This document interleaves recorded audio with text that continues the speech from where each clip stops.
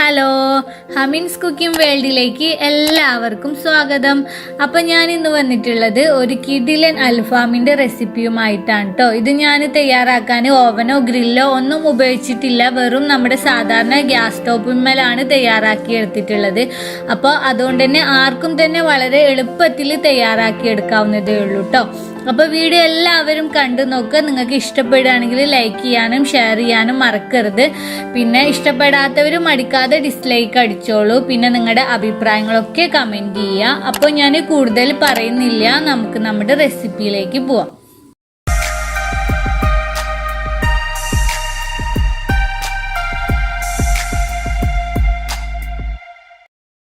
ഇപ്പോൾ ചിക്കൻ ഉണ്ടാക്കാനായിട്ട് ഞാനിവിടെ എടുത്തിട്ടുള്ളത് ചിക്കൻ്റെ 2 ലെഗ് പീസാണ് കേട്ടോ. ഇതിങ്ങനെ കടയിൽ നിന്നും കട്ട് ചെയ്ത് വാങ്ങിച്ചതാണ്. പിന്നെ ലെഗ് പീസാണ് ഒന്നുകൂടെ അൽഫാം ഉണ്ടാക്കാൻ ടേസ്റ്റ് കൂടുക. എന്നിട്ട് നമ്മൾ ഇതുപോലെ ചിക്കനെ അടിച്ചൊന്ന് പരത്തിയെടുക്കണം കേട്ടോ. അതിനുശേഷം ഇതിൽ മസാല നന്നായിട്ട് പിടിക്കാനും വേണ്ടിയിട്ട് നല്ല പോലെ അങ്ങ് വരഞ്ഞു കൊടുക്കുക കേട്ടോ. മാക്സിമം ഇതുപോലെ അങ്ങ് വരയിട്ട് കൊടുക്കുക. ഇപ്പോൾ ചിക്കൻ റെഡി ആയിട്ടുണ്ട്. ഇനി ഇതിലേക്ക് വേണ്ട മസാല റെഡിയാക്കി എടുക്കണം.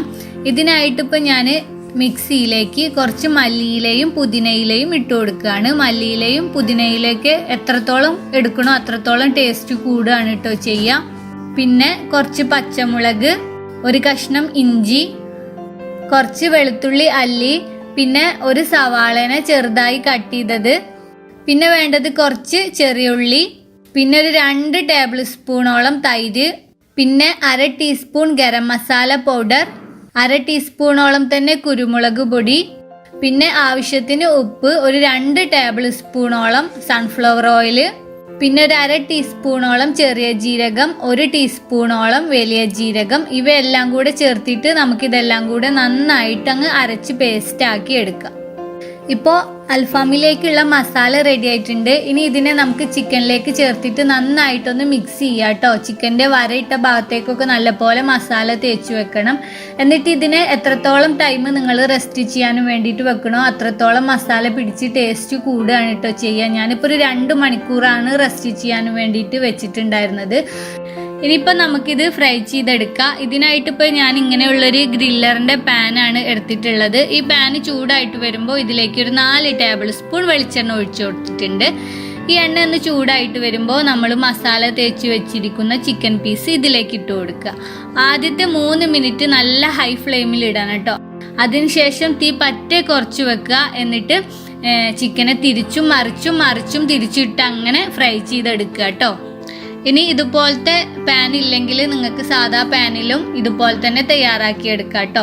ഇനി ഇതല്ലാതെ ഈ മസാല ഉപയോഗിച്ചിട്ട് തന്നെ നിങ്ങൾക്ക് ഗ്രില്ലറിലും ഓവനിലും ഒക്കെ ഇതുപോലെ തന്നെ നല്ല കിഡിലൻ അൽഫാം റെഡിയാക്കി എടുക്കാം. അങ്ങനെ ഇപ്പോൾ ഇതാ നമ്മുടെ കിഡിലൻ അൽഫാം റെഡി ആയിട്ട് വന്നിട്ടുണ്ട്. വളരെ ഈസി ആണല്ലോ അല്ലേ? നമ്മുടെ ഗ്യാസ് സ്റ്റോപ്പിന്മേലാണ് തയ്യാറാക്കി എടുത്തിട്ടുള്ളത്. നമ്മുടെ വീട്ടിലുള്ള കുറച്ച് സാധനങ്ങൾ മാത്രം മതി മസാല ഇടാൻ.